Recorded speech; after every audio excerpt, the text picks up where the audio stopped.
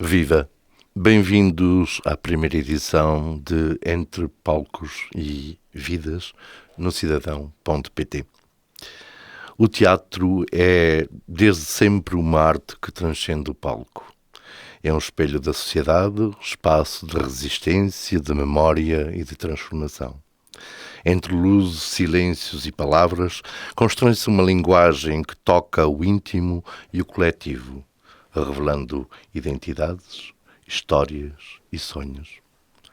Nesta conversa, propomos uma viagem entre palcos e vidas, onde o teatro se revela como território de encontro entre gerações, culturas e visões do mundo. Recebemos dois convidados que, em diferentes momentos e geografias, têm vindo e vivido intensamente esta arte. João Branco, figura incontornável do teatro cabo-verdiano e lusófono, cuja trajetória une criação, formação e investigação. E Sara Vizinho, dos Santos, jovem atriz em formação, a concluir a licenciatura na Escola Superior de Música e Arte do Espetáculo, ESMAI, no Porto, que representa uma nova geração de artistas comprometidos com a expressão e a transformação social. Juntos, vamos explorar o poder do teatro como ferramenta de descoberta pessoal, construção de identidade e intervenção cultural. Passo a apresentar os meus convidados de hoje. Bem-vindos. Bom dia. Bom dia. Ou boa tarde, conforme o nosso momento em que vamos escutar esta entrevista, ou este encontro, este diálogo. João Branco, ator, encenador, professor e investigador teatral, fundador do Mindelact e do Alain, com mais de 70 encenações em Cabo Verde, Portugal e Brasil. Filho do músico José Mário Branco e da programadora cultural Isabel Alves Costa. Está correto? Está corretíssimo. Nada a acrescentar acrescentar não, porque também às vezes os currículos que estão acessíveis ficam um pouco desatualizados. Estou quase a chegar à centena. Oh, fantástico. Melhor ainda. Porque é um ritmo de produção e de criação muito grande. Em Cabo Verde já era assim, aqui também. Até porque a própria forma como as coisas estão organizadas a nível do ambiente da criação artística em Portugal, infelizmente, não permite que os projetos teatrais tenham muito tempo de vida, né? Você está a fazer depois tem que fazer o relatório, já está a concorrer para o outro, depois já tem que fazer só 2 ou 3 récitas já a pensar no próximo e é assim que nós encontramos aqui as condições de produção. Em Cabo Verde era a produção era muito grande também por razões diferentes. Tinha essencialmente a ver por ser um sítio muito pequeno. Portanto, não havia... Nós fazíamos 3, 4, 5 vezes e já toda a gente tinha visto o espetáculo, né? Pelo menos aquelas pessoas que normalmente vão ao teatro. Aqui tem a ver essencialmente com a forma como o sistema produtivo no domínio das artes cênicas está organizado em Portugal, nomeadamente em relação aos apoios públicos, né? Muito bem. João, vamos dar aqui voz também à Sara. Vamos apresentar a Sara Vizinho dos Santos, que é estudante, finalista de teatro na ESMAI, membro do Departamento de Comunicação da Associação de Estudantes, com experiência em representação teatral. Experiência. Muito bem. Vamos a isso? Sim, estou Queres atualizar? Vamos atualizar, fazer um update? Não, por acaso está mesmo tudo atualizado.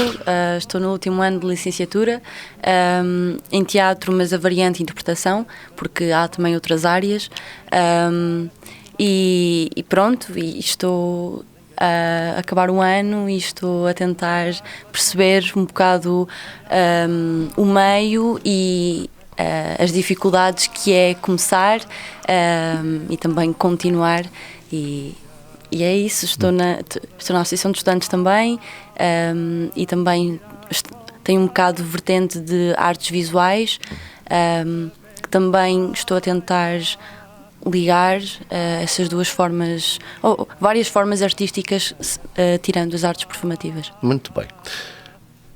João, como foi crescer entre palcos, com pais ligados à música e à cultura? Fala-nos disso. Foi, de certa forma, teve como consequência uma infância muito vivida. Eu tive uma infância muito feliz, no sentido de que o principal ponto que pode caracterizar toda a minha infância e adolescência, eu diria que é a liberdade, que hoje em dia se diria responsabilidade. Nós estamos a falar num contexto pós-revolucionário, enfim, que o sistema educativo dentro das casas, principalmente do pessoal da esquerda, era bastante liberal, digamos assim.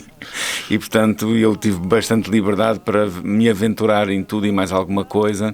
E, obviamente, tenho memórias muito concretas de acontecimentos dentro da minha casa, reuniões com grupos de teatro, de assistir a ensaios de teatro. No verão eu passava, às tantas os meus pais divorciaram-se e o Zé Mário veio para Lisboa e trabalhou durante alguns anos na Comuna, Teatro da Pesquisa, e eu tenho memórias muito concretas de passar os verões todos dentro da Comuna, assistir aos espetáculos todos os dias, saber os textos de todas as personagens, de explorar os armazéns de figurinos e adereços. Aquilo para um puto de 9, 10, 11 anos é um paraíso, não é? Então, porque ali tu dás asas à tua imaginação. Aliás, o teatro não vive sem isso. A própria arte cênica se alimenta desse protocolo que é estabelecido com a plateia sabe que o que está a ver é mentira, mas vive-o como se fosse verdade. Portanto, há ali um acordo tácito que faz com que o teatro tenha essa força incrível. E hoje em dia, cada vez mais, por causa de estarmos tão dependentes e com tanto tempo de telas, que quando temos essa oportunidade do contacto humano, cara a cara, olho no olho, sentir a energia do outro, que o teatro permite, isso muda tudo, né? Então a minha infância obviamente inevitavelmente foi passada com a cultura e as artes performativas e as artes musicais bastante próximas de mim e na verdade eu já escrevi isso algumas vezes, levanto-me todos os dias pensando que tenho que ser digno portador deste ADN, porque são duas figuras extraordinárias, cada um à sua maneira. Não é? Não vejo tanto como responsabilidade, vejo mais como motivação até, para a minha postura enquanto cidadão. Aliás, estamos aqui no cidadão, enquanto cidadão, enquanto homem político também que intervém, porque todo o teatro é político, seja ele qual for, todo o teatro está a dizer alguma coisa às pessoas e nesse sentido eu, quando penso neles, eles estão sempre muito presentes no meu dia-a-dia. Tento honrar essa herança, não é? Porque é de facto, mais ainda até numa cidade como o Porto, não é? Porque eles dois são do Porto, as famílias deles são do Porto, a Isabel Alves Costa é uma figura importante, o Zé Mário tem uma história curiosa, passo já a palavra, Sara, desculpa, não quero monopolizar a conversa, claro. Que a única homenagem que ele aceitou em vida foi nesta cidade, através de uma homenagem que lhe foi atribuída pela Câmara Municipal do Porto, pelo Rui Moreira, já, no âmbito da Feira do Livro, que lhe atribuíram o nome de uma árvore, de uma tília, que está lá no Palácio de Cristal, e, na verdade, apesar de ter sido convidado para ser homenageado e até condecorado por todos os Presidentes da República, com exceção do Cavaco Silva, que eu acho que é um elogio, até para a figura dele, portanto foi por todos, menos o Cavaco não se lembrou de o querer condecorar, o que é espetacular, dentro daquilo que é a biografia de Zé Mário Branco. Mas ele sempre recusou. E a única vez que aceitou foi essa homenagem da cidade do Porto, no âmbito da Feira do Livro. E, portanto, essas duas figuras, e estando eu aqui agora a desenvolver o meu trabalho profissional, sinto a presença deles assim de uma forma muito potente e muito presente. Sem dúvida. Sara, já agora, diz-me, como é que foi então para ti esse despertar do teatro e se ainda te lembras da primeira vez em que sentiste o teatro, que esse seria o teu caminho? O teatro surgiu um bocadinho na minha vida desde muito cedo. Com 7 anos comecei a fazer mais teatro da comunidade, portanto com um encenador de fora. Lembras-te do nome dele? Quem era? Graham Pullen. Exato. O Graham. É um bom amigo. Muito simpático.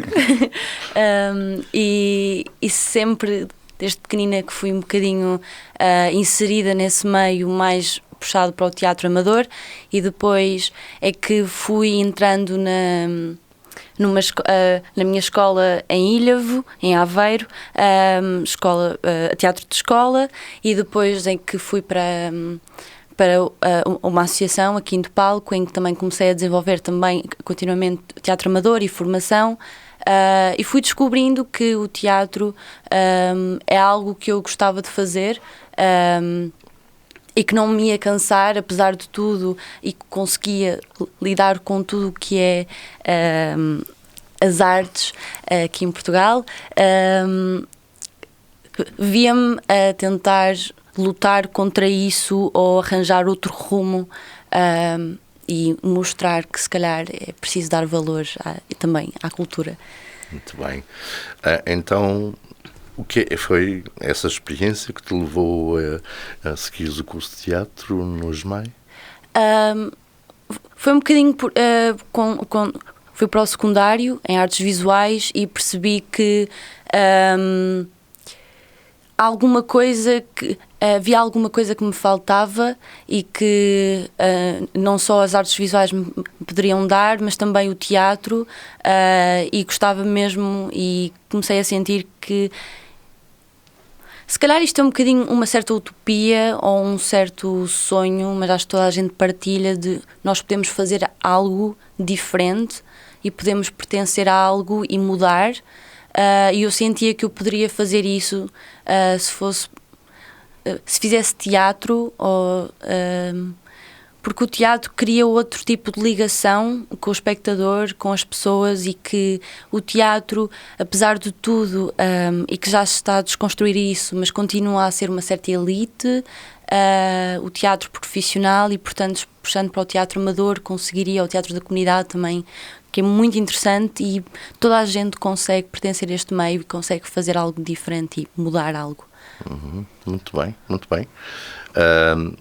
Já agora tens alguma memória marcante dos primeiros ensaios ou apresentações? Falaste aos 7 anos, portanto, essa consciência do teatro creio que ainda não estava clara em ti, portanto era uma aventurazita, uma brincadeira, não é? Claramente, eu começava a peça, na altura chamava-se O Tamar, de Bernardo Santareno, penso eu, e eu começava a dormir o espetáculo, eu nem tinha a noção de público, eu acho que eu gritava, algo muito ilhavense, e havia muitas pessoas em palco, e acho que foi o que mais interessante eu sempre tive esta perspectiva de teatro, que é com muitas pessoas ou rodeada de muita gente, e pronto, e depois lá está, mas depois fui mudando um bocado essa perspectiva, entrando na ESMAI, percebendo como é que as pessoas pensavam e viviam, por exemplo, o ato de criação, ou descobrindo algumas coisas debaixo do tapete que não é muito falado, e portanto tive contacto com professores que pensavam de maneiras diferentes ou que ainda tinham um tipo de teatro antigo, que a comunicação era bastante violenta, viam algo em ti, mas em vez de ensinar, olha, isto foi bom, mas poderia dar um feedback positivo, faziam o contrário, que comunicavam de maneira super agressiva para construir o medo e alimentar o medo para depois crescer e evoluir. Para mim não faz sentido. Hoje em dia o sistema educativo no domínio do teatro, nomeadamente na cidade do Porto, está a passar por uma fase muito complicada. Nós sabemos de todas as denúncias que foram feitas a nível de uma escola importante daqui da cidade, e muita gente fala, e eu estou convencido disso, que aquilo que se tornou público é só a ponta do iceberg. Portanto, muito das relações que são estabelecidas, que deveriam ser essencialmente pedagógicas e humanas, são relações de poder, não é? Portanto, uma pessoa que se vê na situação de ser o formador, o professor, em vez de pegar nessa figura do pedagogo, que é sobretudo uma relação de horizontalidade, não é? Cria ali uma relação em pirâmide quase de regime militar, e eu acho isso lamentável, e espero que depois de todo o sofrimento de que tantas pessoas passaram por terem sido vítimas de assédio dentro das escolas, seja assédio sexual ou outro, ou moral, ou psicológico, aquilo que a Sara estava aqui a descrever, de certa forma, enquadra-se naquilo que podemos chamar como assédio psicológico, que isso sirva para alguma coisa, nomeadamente mudar os parâmetros de ensino e criar uma relação com os alunos, com os formandos, uma relação muito mais humana, muito mais sincera, e que não esteja dependente destas relações de poder. Tu sentires que és mais poderoso e vais usar esse poder sobre o outro, eventualmente porque tu também, quando foste aluno, sofreste esse tipo de relação. Eu acho que isso não faz qualquer sentido, e espero que o que está a acontecer, ou que aconteceu relativamente há pouco tempo nesta cidade, que possa servir para a gente mudar um pouco esses parâmetros educacionais, nomeadamente. Isto, obviamente, serve para todas as escolas, de todas as áreas, mas nas artes a urgência de um tratamento humano é mais premente ainda, porque não faz nenhum sentido que não seja dessa forma. Não é? Falas em relação ao poder, na relação com o formando, com o aluno. Vamos recuar no tempo para Cabo Verde. 30 anos, não é? De trabalho, de grande empenho teu na cidade do Mindelo, na Ilha de São Vicente, e fizeste um trabalho magnífico. Eu próprio tive essa experiência de me encontrar como formador na Universidade de Cabo Verde, e fui assistir à última peça, que não me recordo agora a peça que foi apresentada, mas fui convidado pela Unicv, e foi aí que te encontrei. Finalmente o João. E um pequeno episódio foi eu estar na primeira fila a assistir, e a dada altura vens encerrar essa experiência, essa peça de teatro, e falas para uma pessoa que está atrás de mim, falas-me o nome dele, e eu olho para trás e era o Presidente da República. Ele não estava na primeira fila, estava atrás de mim. O Presidente da República, Jorge Fonseca, na altura, sim. Portanto, já lá vão os anitos. Mas voltemos então a essa experiência de 30 anos com jovens em Cabo Verde, todo um trabalho que desenvolveste e que deixaste há poucos anos, né, para regressar a Portugal. Fala-nos do Mindelact, do Alain, de toda essa estrutura que foste criando ao longo de anos, por favor. Na verdade, eu às vezes até contra a opinião de algumas pessoas que até são próximas, a partir de determinada altura sempre me assumi como cabo-verdiano, porque na verdade quando eu falo enquanto artista, toda a minha identidade artística foi moldada e criada no chão das Ilhas de Cabo Verde, e portanto quando eu cheguei a Cabo Verde eu sabia muito pouco de teatro. Eu comecei a estudar, comecei a formar, comecei a criar já estando em Cabo Verde, e portanto a minha identidade enquanto artista é toda ela cabo-verdiana. Tu dizes que eu regressei a Portugal e eu digo que eu emigrei de Cabo Verde. Na verdade eu sou um imigrante de dupla condição, não é? Sou ao mesmo tempo aquele que sai do seu país para tentar uma vida melhor, mas também sou aquele que regressa àquilo que nós podemos dizer que são as suas raízes, quer maternas, quer paternas, que estão, como já falei aqui, na cidade do Porto. É curioso que há este conceito do descendente, não é? O fulano tal é português descendente de cabo-verdianos, e eu sou ascendente. É um sistema onde eu tornei-me cabo-verdiano. As minhas 3 filhas nasceram em São Vicente, na cidade do Mindelo, e portanto eu tenho essa essa identidade bem vincada em mim. Aliás, o projeto de criação, de estrutura que nós temos aqui em Portugal vinca isso, e a crónica que eu escrevi quando nós saímos de Cabo Verde, no dia 1 de maio de 2023, e eu pedi para a crónica só ser publicada quando eu já estivesse em Portugal. Ninguém sabia que a gente vinha embora. Foi um choque grande, diga-se de passagem. Mas o título da crónica chama-se A Minha Bandeira. E era exatamente esse aviso que eu dizia: eu vou sair de Cabo Verde porque vou procurar melhores condições de trabalho, nomeadamente nesta área das artes cênicas, mas obviamente a minha bandeira vai continuar e será sempre a bandeira de Cabo Verde. Dito isto, é um trabalho que começou a ser desenvolvido em 1993 com um curso de iniciação teatral no Centro Cultural Português. As pessoas falam muito do Mindelac, da Alain, mas o Centro Cultural Português na cidade do Mindelo teve uma importância enorme, porque foi lá que nasceu o Mindelac, foi lá que eu trabalhei durante todos estes anos. O Grupo Teatro Centro Cultural Português, que tinha a sua estrutura, obviamente, como o próprio nome indica, nessa instituição, é hoje e vai ser durante muito tempo o grupo de teatro mais produtivo da história do teatro cabo-verdiano. Tem acho que mais de 50, assim, quase 60 produções próprias ao longo de 26 anos de existência. E ao longo desse trabalho a gente foi acompanhando a produção dessa produção, fomos acompanhando concursos de iniciação teatral e depois passaram-se a chamar cursos de teatro. Quando eu já tinha o mestrado, já dizia, já posso sair da iniciação e passar a dizer que estamos a fazer cursos de teatro. Já me sentia preparado para não dizer que estávamos só a iniciar. Chegamos a dar cursos de 2 anos de duração, inclusive.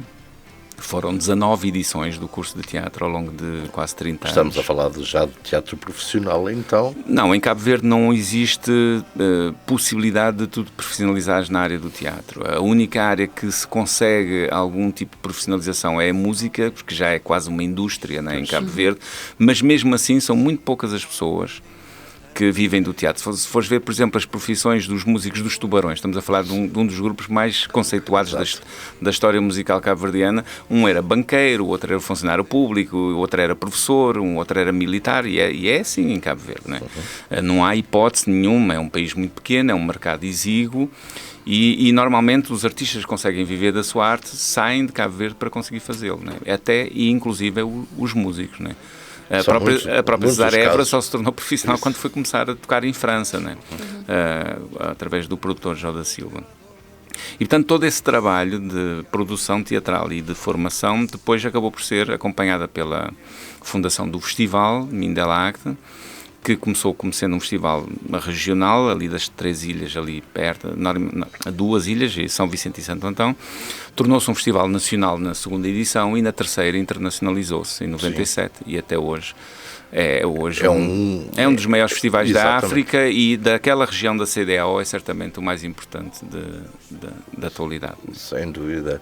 Portanto, tu tiveste muito impacto na vida de muitos jovens em Cabo Verde, na comunidade, não é? Porque recrutaste os jovens para serem atores. Nós tínhamos que fazer processos de seleção a partir de determinada altura, porque havia muita gente interessada em fazer teatro. O que aconteceu em Cabo Verde dos anos 90 até a atualidade foi aquilo que eu, por exemplo, na minha tese de doutoramento designei de Revolução Tranquila. Pode parecer um pouco pomposo falar em revolução, processo revolucionário em curso, aliás, que é um conceito que eu gosto muito, o PREC, né? Mas no caso cabo-verdiano, nós saímos de um contexto em que estávamos com 1 ou 2 espetáculos de teatro por ano no país todo, que era a realidade no final dos anos 80 e início dos anos 90, para uma realidade onde o teatro se tornou um bem de primeira necessidade. Isso, de um ponto de vista social, o que quer dizer? Quer dizer que se o teatro de repente desaparecer, as pessoas vão sentir muita falta deste bem. E, portanto, nós com esse trabalho acabamos por formar um público, formar um carinho muito grande. Era interessante que as pessoas me paravam na rua querendo partilhar que já fizeram teatro. Eu fiz teatro, como se isso fosse uma medalha de, Sim, sim. não é? de uma coisa muito boa, e é, obviamente, mas fosse na igreja, fosse no jardim de infância, fosse em casa, um sketch para a família, dizer-se que se fez teatro quando era criança e jovem, é hoje uma medalha que tu trazes no peito. Acho isso Sem muito dúvida, bonito. Não é? corroboro dessa visão, Sim. porque eu também assisti a isso e vi e assisti, portanto, esse orgulho, essa paixão desses jovens. Muito bem. Falando em paixão e esse orgulho, fala-me, Sara, da tua experiência, dos papéis que interpretaste e que te desafiaram e que te surpreenderam até a ti própria, nomeadamente no Quinto Palco, como já referiste, e que personagens que consideraste ser uma extensão de ti, que te ensinaram a ti própria. Eu já estive e já trabalhei com certas personagens que puxaram bastante por mim, como ser do sexo masculino, por exemplo, e adaptar-me a isso, ou como é que eu faria, mas uma personagem que me cativou muito foi a Hécuba, das Troianas.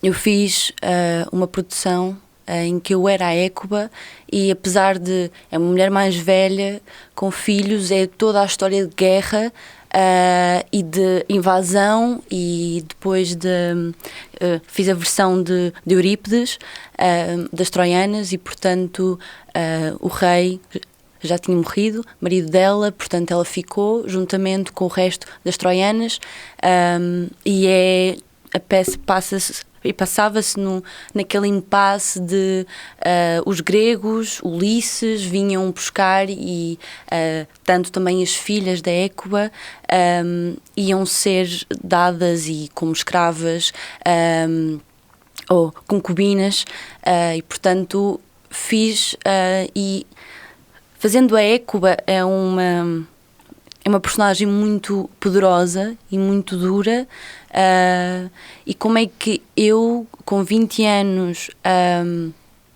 branca, portuguesa, como é que eu me sinto, ou como é que eu me ponho e exploro esta personagem que está a ser colonizada, ou que está a ser escravizada. Exatamente, sim. E foi uma das personagens que mais me marcou, como atriz, e também outras personagens, por exemplo, não sei, fazer de criança, que também explora o teatro infantil-juvenil, que também fiz de criança, e que eu era uma criança que não tinha medo, mas sentia que, acho que nunca senti nenhuma personagem como extensão de mim própria, mas que de facto me desafiaram, e é isso. Eu gosto bastante destas personagens que são muito fora do meu contexto e do meu mundinho e da minha bolha e do sítio onde eu cresci, para eu pesquisar e também tomar consciência. Por exemplo, as Troianas é uma história muito antiga, é um clássico, mas que ainda se passa atualmente, não Troia e gregos, mas, por exemplo, a Palestina e Israel, que também há muitas histórias que estão a acontecer atualmente, e que deveríamos prestar atenção e pesquisar sobre isso. Muito bem. E ainda falando dessa tua performance, eu lembro-me que fui assistir a uma peça que se chamava Água, em Ilha, Bruno Costa Nova. Exatamente. Tu tiveste ali um papel um pouco estranho, porque eras tu que acolhias um bocado os espectadores à entrada, e lembro-me de uma situação muito curiosa. Portanto, é a míngua da água, e as pessoas, o espectador, esteve ali como participante. Cada um tinha uma garrafa de água e poderia fornecê-la às pessoas, a estes jovens, a estas pessoas que andavam a pedir com uma caneca. A determinada altura, a Sara, sem falar, só com a sua expressão física e facial, pedia desesperadamente água. E houve alguém que lhe pôs água na caneca e transbordou isto no chão. A Sara, nessa avidez, nessa ânsia de beber água, como atriz, ela põe-se de joelhos e lambe o chão para apanhar mesmo, literalmente, lambeu o chão, e as pessoas ficaram impressionadas. E foi marcante esse momento, que foi improvisado. Notou-se bem que foi um improviso dela. E é aí que eu poderia, e aqui agora passando para o João, como é que pode o improviso, a pessoa em si, dar de si e sair completamente, aliás, como eu estou a fazer, sair do meu guião, e realmente trazer uma melhoria, um espanto, não é? Algo surpreendente. Certamente tu assististe a muitos e tu próprio fizeste muitas vezes, porque eu já percebi que tu não gostas de guiões, gostas mesmo é de soltar a fera que é em ti e ser genuíno, não é? Na entrega e no teu papel. Fala-me disso. Aliás, é um bocado isto depois para voltar a um conceito que é a criolização cénica e por aí fora. Tu falaste da personagem enquanto extensão de nós próprios. Na verdade, seja o que for que a gente faça em teatro, ela tem sempre uma componente muito pessoal. Eu costumo dizer em contexto de oficina que o teatro é a arte dos 3 Cs, que são as 3 principais ferramentas que nós utilizamos. É o C de coração, o C de cabeça e o C de corpo. Portanto, nós, se utilizarmos só o corpo e o coração e não utilizarmos a cabeça, estamos ali numa espécie de catarse que acaba por não significar grande coisa. Se tivermos só com o coração e com a cabeça e tivermos com o corpo parado, isso também, de um ponto de vista cénico, de um ponto de vista da energia que é preciso emanar das personagens, acaba por ser pouco interessante, e a personagem fica amputada, digamos assim, de uma das suas principais características, que é a sua expressão corporal. E por outro lado, se tivermos só cabeça e corpo, não temos o coração, não temos a emoção, não temos a verdade, não temos essa energia genuína que em Cabo Verde se encontra muito facilmente, e é uma das componentes mais fascinantes do teatro cabo-verdiano, exatamente essa energia que é muito emanada é muito epidérmica, eu diria, né? Aqui em Portugal, de uma forma geral, o teatro é demasiado pensado. Eu digo muito nas oficinas que faço aqui, e trabalho muito com adolescentes, por exemplo, tirem a cabeça do jogo. Estou sempre a dizer isso: tirem a cabeça do jogo, porque é uma necessidade de racionalizar tudo o que se está a fazer, e acaba-se por ter muito menos a possibilidade de descobrir. A espontaneidade, não é? De descobrir coisas que estão em nós. Nós temos uma componente do cérebro que é aquela que é consciente, mas que é uma ínfima parte daquilo que de facto põe o nosso eu a funcionar, ou os nossos vários eus a funcionar. Se nós estivermos só centrados nessa parte racional, nessa parte consciente, estamos a perder um manancial de possibilidades e de descoberta que num trabalho de criação enquanto ator, enquanto atriz, é fundamental para tu construires o teu trabalho. E ires fazendo a tua partitura, que é um conceito que eu gosto bastante, a tua partitura de ator e de atriz, que é uma partitura não só vocal, mas também de energia. Dou sempre aquela imagem do eletrocardiograma, quer dizer, se tu fizeres as coisas sempre igual, o eletrocardiograma é um corpo morto. Pode ser tudo aos gritos, pode estar com a energia a 300%, mas se estiver sempre a 300%, não deixa de ser um corpo morto, porque de um ponto de vista visual é um eletrocardiograma que é representado por uma linha reta, e portanto é importante que na construção do teu trabalho de ator, de atriz, tenhas essa consciência que tu precisas de construir uma partitura de energia, de voz, de corpo, que transforma o teu personagem num corpo vivo e genuíno, não é? Isso em Cabo Verde, de facto, é algo, eu não digo que seja fácil de encontrar, mas é quase imanente à própria característica de atuação e de interpretação em Cabo Verde. Fantástico. Essa mistura que estamos a falar, que é muito cultural, não é? Como é que essa mistura cultural influencia a tua forma de encenar? É como eu falei há pouco, né? Naquelas primeiras intervenções, que a minha identidade enquanto artista é toda ela cabo-verdiana, e portanto eu também tenho, enquanto encenador, essa característica de nunca levar as coisas pré-definidas para a sala de ensaio. É assim, eu costumo sempre dizer que em teatro, nas artes de uma forma geral, que tu não tens uma fórmula resolvente matemática em que as coisas se fazem sempre da mesma forma, e por isso aquilo que eu defendo e que é a minha forma de trabalhar é exatamente apenas e só a minha forma de trabalhar. A tua será outra e está correta também, a da Sara também, bom, desde que não envolva abusos, né? Que já falamos há bocado, está tudo bem, mas há ensinadores que são muito mais racionais, que levam as coisas já definidas, que aquele fulano dá 3 passos para a direita, 2 para a frente, fala com uma intuação determinada e está tudo definido, e o ator é uma espécie de marioneta nas mãos do ensinador. E está tudo bem. Aquilo que eu digo sempre, quando um ator diz, estou a trabalhar com fulano tal, não estou a gostar nada. O conselho que eu lhe dou é sempre, procura que esse incómodo de trabalhar com aquela pessoa seja uma aprendizagem também. Tu não estás a trabalhar sempre com pessoas que adoras, com pessoas que têm métodos de trabalho que se encaixam na tua maneira de ser enquanto artista, e às vezes até acaba por ser mais desafiante para nós, enquanto artistas, trabalharmos com pessoas, nomeadamente encenadores, que nos obrigam a outras metodologias de trabalho, a outras abordagens, etc. E então eu sou muito intuitivo e digo sempre às minhas equipas que eu trabalho com o que me dão, ou seja, eu preciso de ver o ator a trabalhar para saber para onde é que eu vou levar cada cena, e é isso mesmo. Eu sonho muito os meus espetáculos.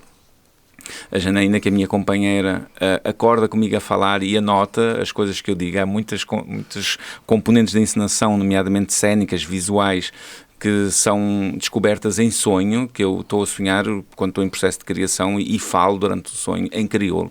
Nomeadamente, ela teve que aprender crioulo para entender aquilo que eu estava a dizer e poder anotar, e no dia seguinte nós conversamos sobre aquilo que aconteceu. E não, tu falaste que o espetáculo fazia isto e acontecia aquilo e acontecia aquilo outro, e é esse lado intuitivo, esse lado muito sensorial que eu utilizo muito no meu trabalho de encenador. Muito bem, isto de facto leva-me a uma outra questão, que é aquilo que eu sinto, parece que há uma montanha-russa emocional constante em ensaios, depois já em palco, portanto, e o feedback, não é? O retorno que se tem do espectador, não é? Isso de facto são muitas, é uma montanha-russa.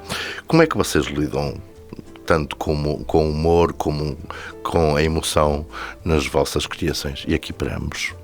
Já agora. Eu acho que as emoções, não é? É o cerne, não só as emoções, mas também nós no processo de criação, mais, por exemplo, falando, eu começo a perceber que os atores deixam de ser um bocadinho marionetas e também passam a ser, não tirando o espaço do encenador, mas que o ator também pertence e que também cria e que dá muito de si, que usamos as nossas emoções, o nosso corpo, também os nossos pensamentos e criamos muito a partir daí. Então, claro que acaba por ser não frágil, mas acabamos por... e acho que é importante sentirmos vulneráveis e estarmos num espaço seguro para também trabalhar sobre essas emoções, e depois também é saber lidar com o feedback. Há feedback que acho que não é assim tão interessante, porque as pessoas vão vão gostar ou não vão gostar. Portanto, isso também criar uma certa... Acho que é importante criar uma certa carapaça para coisas menos boas sobre o nosso trabalho, ou de facto ouvir e melhorar, o que também acho que é super importante. Por exemplo, para mim, ouvir feedback, ainda estou um bocadinho a procurar esse lugar de há feedback mau, mas não quer dizer que eu seja má atriz, que eu acho que isso não existe, mas não sei, acho que essa montanha russa é o suposto.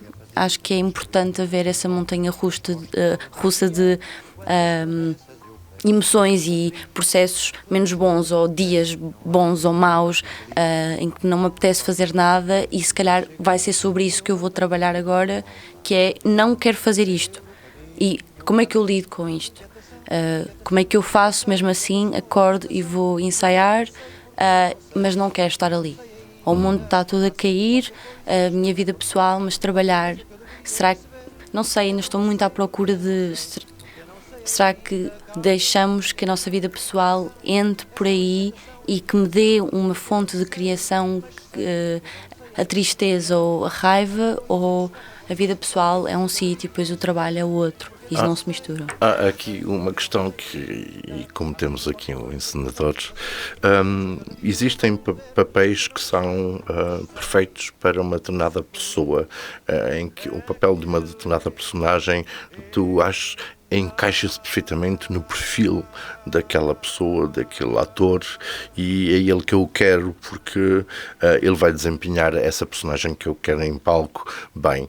Existe isso, porque eu creio que às vezes deve haver uma certa resistência em alguns atores para interpretar uma determinada personagem. Existe, mas não tem a ver com fenótipos físicos, por exemplo. Tem a ver com o que é que tu conheces daquela pessoa, até onde é que aquela pessoa pode ir, o que é que ela te pode dar em relação àquela personagem. Não quer dizer que, não, aquele fulano tem 50 anos, então pode fazer uma personagem de 50 anos. Não tem a ver com isso. Tem a ver essencialmente com aquilo que é a personalidade do ator e de que forma é que ele trabalha, se aquilo que tu pretendes para aquela personagem, tu consegues fazer essa previsão de que ele vai conseguir alcançar aquilo ou não. E na verdade, ouvindo a Sara falar, eu estava a pensar que o teatro é sobretudo, e vive sobretudo, aliás não vive sem, é comunicação, né? É uma comunicação entre o palco e a plateia, ou entre a cena e o público, melhor dizendo, porque pode não haver plateia, pode não haver palco, mas cena existe sempre e público tem que existir sempre. E essa comunicação faz-se por diferentes camadas, né? Uma das camadas que eu mais gosto de sentir e de analisar assistindo a um espetáculo de teatro, nomeadamente na regie, que é onde eu prefiro estar quando estou a ensinar um espetáculo, ou estar sempre ali atrás para sentir a plateia, são os silêncios. E há diferentes níveis de silêncio. Há alguns silêncios que nos dizem tanto sobre aquilo que o público está a sentir, que é espetacular. Havia uma grande amiga minha que disse que estava a fazer uma tese de doutoramento, precisamente na área das artes cênicas, sobre o silêncio. Eu achei aquilo uma coisa tão interessante. Infelizmente, depois a vida profissional dela não permitiu ela dar seguimento a esse projeto académico, que não era artístico. Mas achei isso de um interesse, porque às vezes eu fico lá atrás a ouvir o silêncio da plateia e fico ali como se aquilo fosse música, sabes? E é uma comunicação poderosíssima. Obviamente o riso, obviamente a tosse, já Shakespeare dizia, e de repente há aquele fulano insuportável que tosse ali daquela quarta fila, que é uma cena que não é, a tosse não tem só a ver com a poeira que possa haver no espaço, com o incómodo que o público tenha na garganta. Tem a ver certamente com aquilo que está a acontecer. Há ali alguma coisa no canal de comunicação que não está a funcionar. E obviamente o pior de todos, que é o telemóvel, né? E aí a luta é desigual, mas a gente vai fazendo essa luta espetáculo, cena a cena.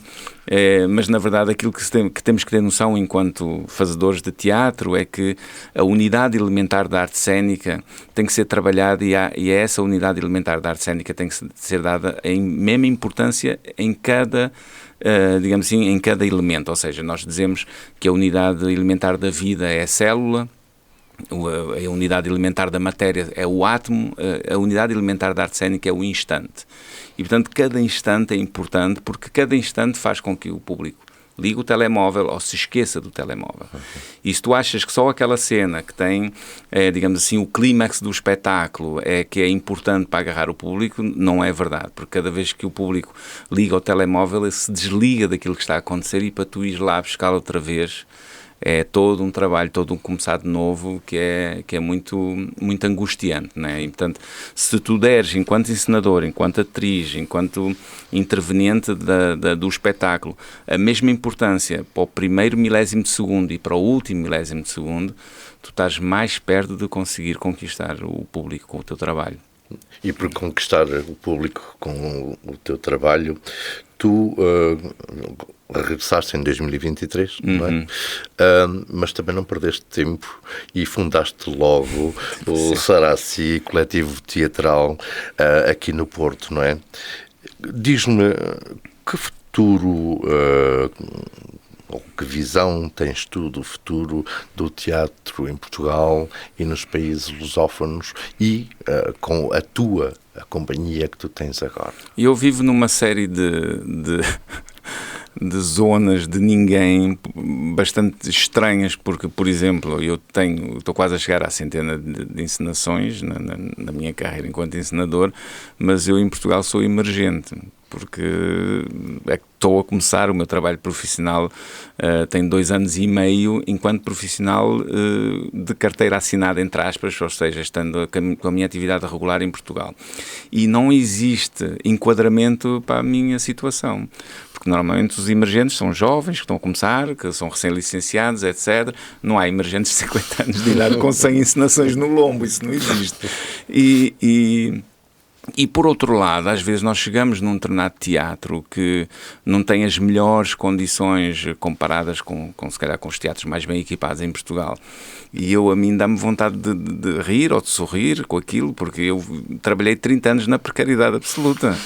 O primeiro projetor teatral entrou depois de eu trabalhar há 10 anos já a inventar fontes luminosas de toda a espécie que tu possas imaginar. Portanto, às vezes um teatro que tem 20 projetores e que aquilo parece uma coisa muito pindérica, muito básica, muito mal equipada, aquilo para mim é um mundo, não é? Portanto, às vezes aqui em Portugal eu sinto-me bastante tranquilo, porque eu posso trabalhar, já fiz um das nossas criações, já fizemos com 60 projetores e já o fizemos com 5. Portanto, a gente chega em cada lugar e trabalha com o que tem. E isso dá-nos um conforto em relação àquilo que é o tecido teatral em Portugal, seja a nível das infraestruturas, dos teatros, das câmaras municipais. Tu vais te adaptando sem querer à partida pôr, digamos assim, a carroça à frente dos bois. Tu vais chegar ao lugar, vai ver que condições é que existem para trabalhar e vai trabalhar. A nível das condições de produção, nomeadamente financiamento, esta nossa experiência já muito grande do trabalho em Cabo Verde deu-nos um know-how muito significativo, por exemplo, para concorrer aos editais, que são a forma de tu teres acesso a financiamentos, né? Sejam da G-Artes, da Fundação Carlos Gulbenkian, da Fundação GDA, e aí nós temos tido algum sucesso, porque quase todas as nossas criações têm tido algum financiamento, maiores, outros menores, que tem permitido que a gente consiga ir levando o nosso trabalho avante. Parabéns. Sara, como é que imaginas o teu percurso artístico nos próximos anos? Estás a acabar a tua licenciatura, certamente tens algum sonho, um projeto que gostarias de concretizar? O meu sonho por agora é ter comida na mesa e, ou seja, ganhar e trabalhar profissionalmente sem ser explorada ou... Pronto, lá está, estou muito a explorar ainda,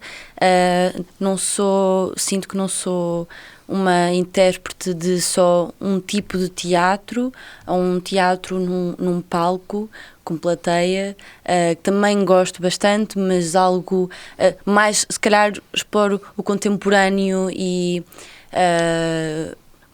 mais performance, artes performativas e não só artes cênicas. Também gosto bastante gostava de explorar também...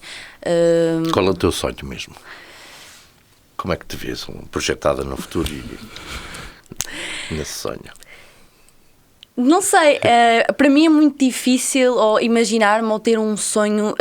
Há muitas coisas e há muita vontade em mim de fazer e de criar, mas ao mesmo tempo não tenho um sonho, por exemplo, daqui a 10 anos, porque não sei como é que o mundo vai estar daqui a 5, 10 anos, se vamos... ou seja, tenho uma esperança de... Não é esperança de vida, mas tenho um limite para sonhar ou imaginar... num futuro que não... Ou seja... Olha que o céu é o limite, não é? Sim, ao mesmo tempo eu é. Entendo não é? o que a Sara está a dizer. Repara, nós temos um tecido cultural em Portugal, nomeadamente naquilo que diz respeito à aplicação de políticas públicas, tão frágil que o sonho da pessoa que está a sonhar teatro é conseguir viver da sua arte. Quando não devia ser o sonho, devia ser o normal. Tu estás a estudar aquilo, se tu estudares para engenharia, vais ser engenheiro. Se tu estudares para medicina, vais ser médico. Vais encontrar um hospital, vais trabalhar. Se fores estudar pedagogia, vais ser professor, vais para uma escola, vais trabalhar. Não colocas em causa ou não perguntas a uma pessoa que é estudante de pedagogia qual é o teu sonho. O meu sonho é dar aulas. Não, ele está a estudar para aquilo.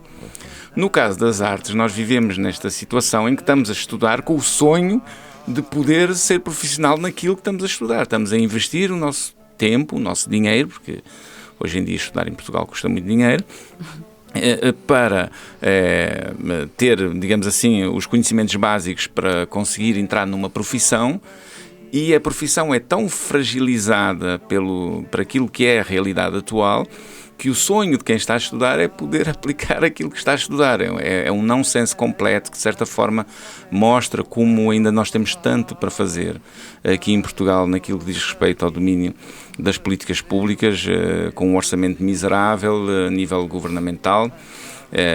Nas câmaras também existe algum orçamento, mas também nós podemos falar sobre de que forma é que aquilo é aplicado, às vezes com as grandes festas dos municípios, algo que acontece também em Cabo Verde, não é? Exato. Cabo Verde estouram o dinheiro dos municípios com 3 dias de festa e está a andar, o resto não interessa, não é?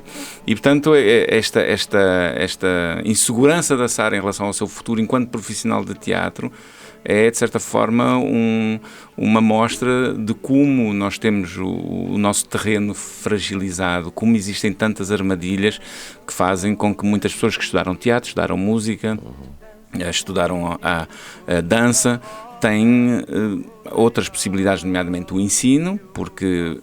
Felizmente é uma das coisas boas que tem acontecido ao longo dos anos aqui em Portugal.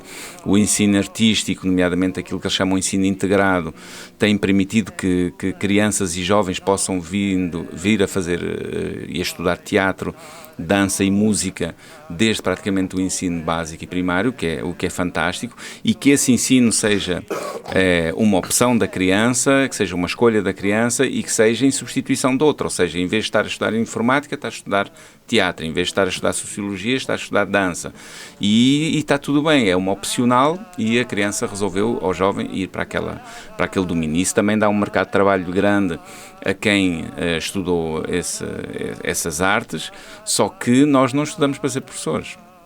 Nós estudamos para ser profissionais. Então, quando tu vais e és obrigado, de certa forma, por causa do mercado de trabalho, a dar aulas de teatro, ou dança, ou música, sem ter as competências pedagógicas para tal, acaba por originar essas tais relações de poder, porque tu não estás preparado para ser professor. Tu podes estar preparado para ir para o palco, para dançar, para atuar, mas não estás preparado para aquilo, mas às vezes não há outra opção e temos que fazer aquilo quando não temos que ir servir mesas ou ir trabalhar numa loja de shopping, que também não tem problema nenhum.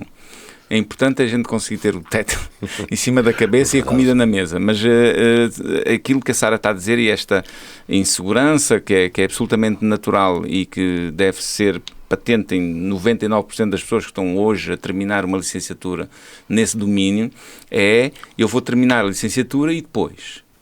O que é que vai acontecer? não é? Pergunta uma pessoa que está a estudar medicina, ninguém vai perguntar e depois é escolher qual é o hospital que vai, qual é a especialidade que vai fazer, tem sempre múltiplas opções, não é?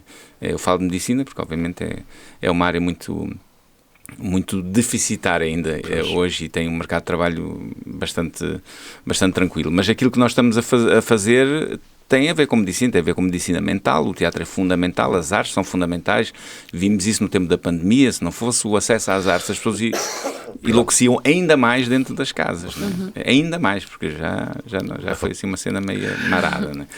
E é isso.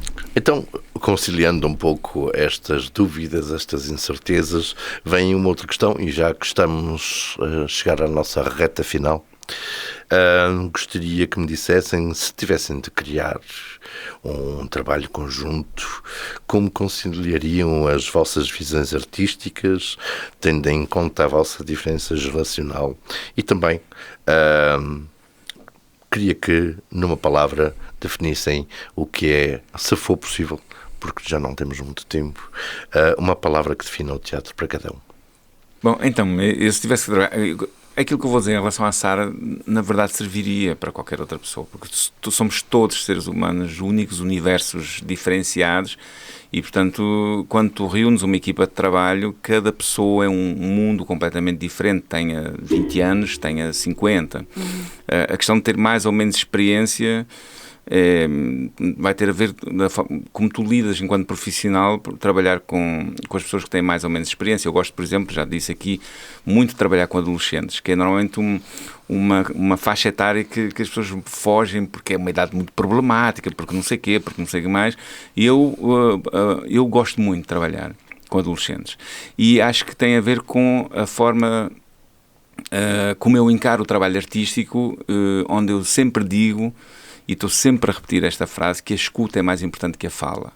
E o adolescente, sobretudo, quer ser escutado, quer ser ouvido. E às vezes muitas das crises que se passam, que têm a ver também com as alterações do corpo, da mente, desse salto biológico que se dá, é essa necessidade de expressar essas emoções que estão todas ali à flor da pele, também com as hormonas e com aquilo tudo, e não tem oportunidade de o fazer. Espaço de acolhimento, espaço de escuta, ouvir. Então eu acho que quer se trabalhe com jovens atores ou atrizes, quer com pessoas com mais experiência, já com um percurso interessante, acho que o importante é tu ouvires e teres essa capacidade de escuta. Porque a partir do momento que tu ouves, tu estás mais preparado para falar. E isto em cena é exatamente a mesma coisa. Claro. Se tu não ouves, não vais saber qual é a tua deixa, não vais perceber, não vais entender a dinâmica da cena, e não só tens que escutar o outro, tens que escutar a plateia, tens que entender exatamente aquilo que eu estava a falar dos silêncios da plateia. E portanto, eu acho que se tu tiveres isso bem presente, de que tens que treinar a tua escuta, não é o teu ouvido, é a tua escuta, é uma coisa mais profunda. Tu consegues trabalhar com qualquer pessoa. Claro que às vezes há como é que é, choques de personalidade. Eu, por exemplo, seria incapaz de trabalhar com alguém fascista e que viesse com um determinado tipo de conversa, e eu ou saía ele ou saía eu. É aquela história de estarem 10 pessoas numa mesa, chega um fascista, se as 10 pessoas não se levantam, tu passas a ter 11 pessoas fascistas na mesa. Isso para mim é muito claro. E, portanto, há linhas vermelhas, digamos assim, com as quais eu não me deixo maniatar, seja um cachê grande ou não. Felizmente isso nunca me aconteceu. Nunca me aconteceu estar num ambiente de trabalho em que de repente tenho pessoas a dizer coisas absurdas que vão contra tudo aquilo que eu penso, contra tudo aquilo que é a minha formação humana e pessoal, e que me fizesse ou ele sair ou eu. Nunca aconteceu. Mas no dia em que isso se colocar, isso para mim é claro como a água. Não terei qualquer hesitação. Será o único caso em que essa escuta não será suficiente. Exatamente. E também haver um espaço seguro, e apesar de certas... Acho que é importante também haver divergências, mas não demasiadas divergências. Acho que é importante também, não sei, aprender a lidar com alguém mais novo ou com tanta experiência de vida, e lidar com alguém ou perceber alguém que tem muita experiência de vida.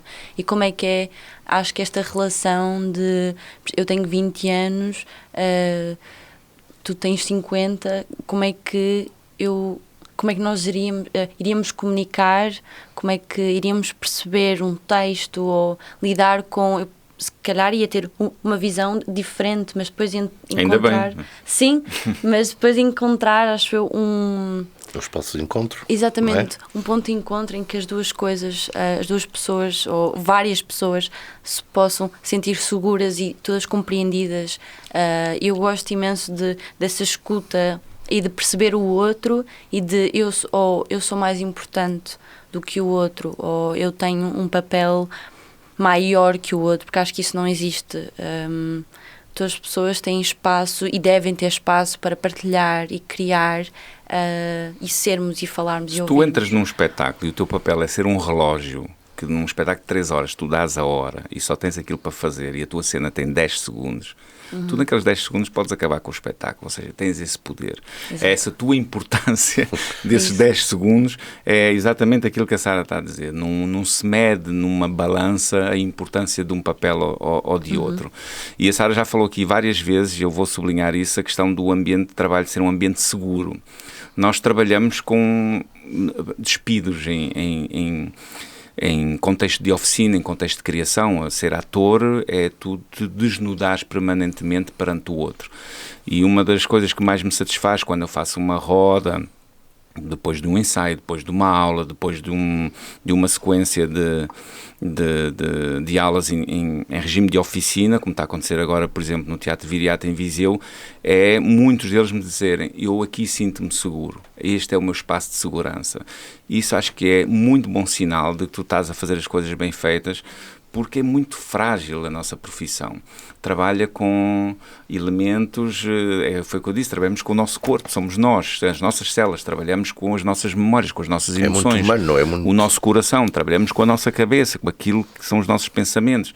Então é tudo tão pessoal que se nós não conseguimos estabelecer um sistema que nos permita sentir essa segurança, sentir que é um lugar que vamos ser escutados, vamos ser respeitados, vamos ser considerados aquilo que for proposto. Sem isso, eu acho que é muito difícil conseguirmos construir alguma coisa interessante, digamos assim. Verdade. Muito bem. Nós estamos no nosso final do nosso programa de hoje, entre palcos e vidas, mas antes de concluirmos, só queria ouvir de vós uma palavra que pudesse definir para cada um de vós o teatro, mas sobretudo gostaria que enviassem para os nossos ouvintes, os nossos espectadores, uma mensagem final para os jovens que queiram seguir esta arte. E também tu, se tens, aproveita agora a dica. Eu sou um jovem ensinador em Portugal, início de carreira. Se tens agora em palco do Saraci, certamente tens espetáculos, podes falar neles e anunciá-los e fazer o convite. Muito bem. Sarinha. Eu tenho... Acho que não tenho só uma palavra, acho que tenho muitas e ao mesmo tempo não tenho nenhuma, porque se eu quisesse ser crua e franca, eu não consigo dar nenhuma motivação para entrar ou para um jovem seguir a arte. Não venham, mas ao mesmo tempo sim, e criem, porque não... Só façam, sei lá, entrem num grupo de teatro da vossa localidade. Como experiência, exatamente. Não é? Acho que todos deveriam passar por essa experiência. Acho que sim, e acho que é muito importante, e acho que estamos a perder muito isso também com o mundo digital, a conexão com a arte, com o humanismo e com... se calhar, não tirando vez a importância das ciências, mas sinto que nos estamos a perder muito do que é que nós, desde o início do ser humano, sempre criámos e sempre comunicámos com a arte e deixámos marcas e, portanto, apesar de ser um meio que não motiva nada, ao mesmo tempo isso pode ser uma motivação para alguém. Muito bem. No meu caso, houve uma oficina que eu fiz com um ensinador fantástico na Bahia, em Salvador, que é o Márcio Meireles, em que ele às tantas criou um exercício em que nós tínhamos que ir para um ponto de luz e dizer em menos de 10 segundos porque é que fazíamos teatro. e a única frase que eu consegui dizer foi: eu faço teatro porque não sei não fazer teatro. E, portanto, isso diz tudo. E é como a Sara falou, quer dizer, o teatro não é só uma atividade profissional. A tese de doutoramento da minha mãe, Isabel Alves Costa, chama-se O Desejo do Teatro e aborda essa necessidade que nós temos desde criança de teatralizar as nossas coisas. As brincadeiras de infância são todas formas de teatro. Todas as nossas brincadeiras de infância envolvem essa coisa de ser outro, de ter uma personagem, de representar alguém, de criar uma situação. E, portanto, é algo intrínseco ao ser humano, esta coisa de representar, não é? E portanto, se quem nos está a ouvir for um jovem e tiver esse desejo de teatro, que eu gosto muito deste conceito, e quiser transformar esse desejo de teatro em vida, em profissão, dou toda a força do mundo, até porque em Portugal, se há coisa que temos, isso é um bom... Nem tudo é mau, né? É um bom aspecto do panorama atual. Existem bastantes escolas, sejam profissionais, sejam para licenciatura, portanto, em politécnicos, em escolas superiores de artes e também em escolas profissionais, em que tu sais com o 12º ano e já com a tua possibilidade de ter a carteira profissional de ator, nomeadamente na Academia Contemporânea de Espetáculos, é um exemplo disso. E, portanto, existem várias possibilidades dessa pessoa que tem esse desejo do teatro, de transformar esse desejo, passar da brincadeira para uma profissão. Existem várias possibilidades aqui para o fazer através do estudo, que eu acho que é a base de tudo, né? E depois do estudo, é aquilo que a Sara está a dizer, é uma luta insana, porque infelizmente ainda é muito frágil tudo o que é o nosso panorama cultural de uma forma geral em Portugal. No último orçamento do Estado discutiu-se e aprovou-se um aumento brutal do orçamento para o Ministério da Defesa, o que acho que assim, as nossas prioridades estão completamente invertidas, né? Se pelo menos 0,5% daquilo que foi a mais para o Ministério da Defesa fosse para a cultura, melhorava bastante para muita gente, aquilo que é o panorama atual, mas basicamente é isso. Se quisermos assistir a uma peça do Sarassi, coletivo teatral, onde... É estar atento às nossas redes, é o mais fácil hoje em dia a nível de comunicação, haja coisas boas nos digitais. Exato. Portanto, nós estamos no Instagram, estamos no Facebook, temos o nosso site. Sarassi escreve-se, é inspirado em deserto do Saara, portanto escreve-se com 2 As, com S, 2 As e depois C curvo. É o nome de um gafanhoto que viajou desde o deserto do Saara até chegar ao Monte Verde, em Cabo Verde. E falando do Monte Verde, já agora não queria deixar de assinalar aqui o desaparecimento físico do músico Vasco Martins, que gostava particularmente do Monte Verde e conhecia o Monte Verde graças a ele nos meus primeiros passeios na Ilha de São Vicente. É uma perda muito, muito grande para a cultura cabo-verdiana. É o maior compositor da história de Cabo Verde desde sempre, e quero assinalar esta amizade e o profundo humanista que o Vasco Martins era. E pronto, prefiro falar do Vasco agora no fim do que propriamente dos meus projetos pessoais, acho mais importante. Muito bem, muito obrigado. Obrigado eu. Obrigado, Sara. Obrigado, João. Chegamos ao fim do nosso programa. Haveria muito mais para dizer, mas vamos encerrar o nosso programa Entre Palcos e Vidas no cidadão.pt. Na imagem esteve António Proença, na edição Filipe Romariz e na apresentação José Paulo Santos. Até breve.